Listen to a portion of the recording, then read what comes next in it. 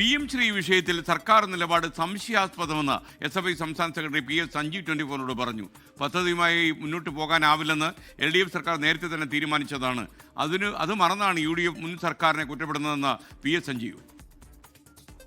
വിദ്യാഭ്യാസ മന്ത്രി പറഞ്ഞൊരു വിഷയമെന്ന് പറയുന്നത് മുൻ LDF സർക്കാർ ഈ വിഷയത്തിലൊരു താല്പര്യം അവർ കാണിച്ചിട്ടുണ്ടായിരുന്നു. ആ സർക്കാരിൻ്റെ തുടർച്ച എന്നുള്ള നിലയിൽ SSK ഫണ്ട് വരെ ധാരണാപത്രത്തിൽ ഒപ്പിട്ട് ഒരു ഗഡു വാങ്ങിച്ചിട്ടുണ്ടായിരുന്നു LDF സർക്കാർ എന്നാണ്.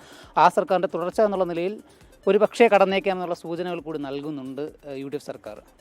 അല്ല, ഇതിൽ മന്ത്രി ഉൾപ്പെടെയുള്ള ആളുകൾ അതോടൊപ്പം UDF നേതാക്കന്മാരും സൗകര്യപൂർവ്വം മറക്കുന്ന ഒരു കാര്യമുള്ളത്, ആ സർക്കാർ അതിൽ നിന്ന് പിൻവാങ്ങിയിരുന്നു.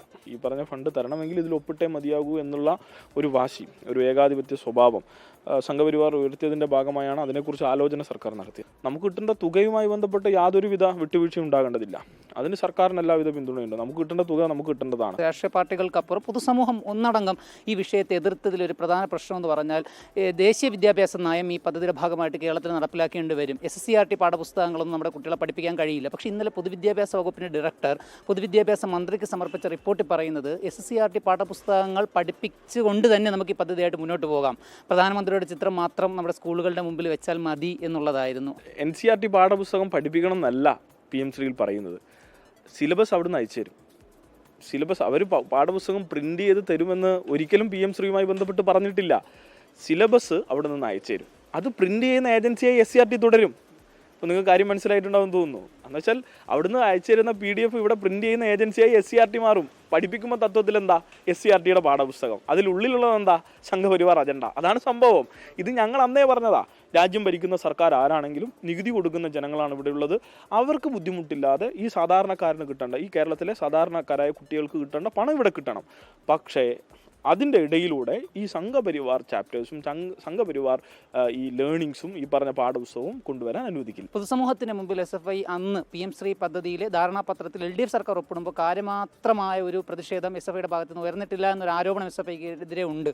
ഈ സർക്കാർ ഇതുമായിട്ട് മുന്നോട്ട് പോവുകയാണെങ്കിൽ SFI ഏത് തരത്തിലുള്ള നിലപാട് വിഷയത്തിൽ സ്വീകരിക്കരുത്? ആദ്യഘട്ടത്തിൽ ഞങ്ങളെയൊക്കെ എല്ലാവരും ചർച്ചയ്ക്ക് വിളിച്ചു. ഞങ്ങൾ PM ശ്രീയുമായി ബന്ധപ്പെട്ട നിലപാട് പറഞ്ഞു. ABVP വെച്ച എല്ലാ സംഘടനകളും അതിനെ എതിർത്തു. ആ നിലപാട് തന്നെയാണ് പിന്നീട് ഉണ്ടായത്. ഞങ്ങളുടെ ആശങ്കയെ അറിയിച്ചു. അപ്പോൾ സർക്കാർ അതിനെക്കുറിച്ച് പുനരാലോചനയിലാണെന്ന് അറിയിച്ചു. ഇതെല്ലാം നടക്കുന്നത് 1-2 ദിവസത്തിനിടയിലാണ്. അപ്പോൾ ചാടിയിറങ്ങിയൊരു സമരത്തിന് ആ ഘട്ടത്തിൽ പോയിട്ടില്ല എന്നതിനർത്ഥം ഞങ്ങൾ അതിനെ അംഗീകരിച്ചു എന്നുള്ളതല്ല. ഞങ്ങൾ ഇന്നിപ്പോൾ ചാടി ഇറങ്ങിയിട്ടില്ലല്ലോ. അന്ന് ഇറങ്ങിയ ആളുകൾ ചാടി ഇറങ്ങിയത് എപ്പോഴായിരുന്നു?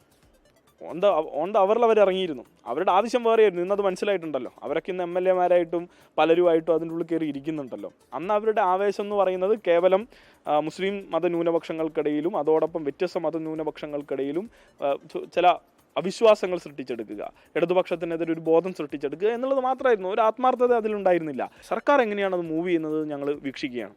സർക്കാരിൻ്റെ ഇന്നലത്തെ സ്റ്റേറ്റ്മെൻറ്റ് സംശയാസ്പദമാണ്. വിദ്യാഭ്യാസ മന്ത്രിയുടെ സ്റ്റേറ്റ്മെൻറ്റ് സംശയാസ്പദമാണ്. അത് സ്റ്റേറ്റ്മെൻറ്റ് വന്ന് വൻതോതിലുള്ള പ്രതിഷേധം പൊതുസമൂഹത്തിൽ നിന്ന് വരുന്നതെന്ന് കാണുമ്പോഴാണ് PM സലാമിനെ പോലുള്ള ആളുകൾ ഇറങ്ങി വന്നത്. ക്യാമറമാൻ സിറിലിനൊപ്പം അജ്മൽ ദിറാർ, 24 തിരുവനന്തപുരം.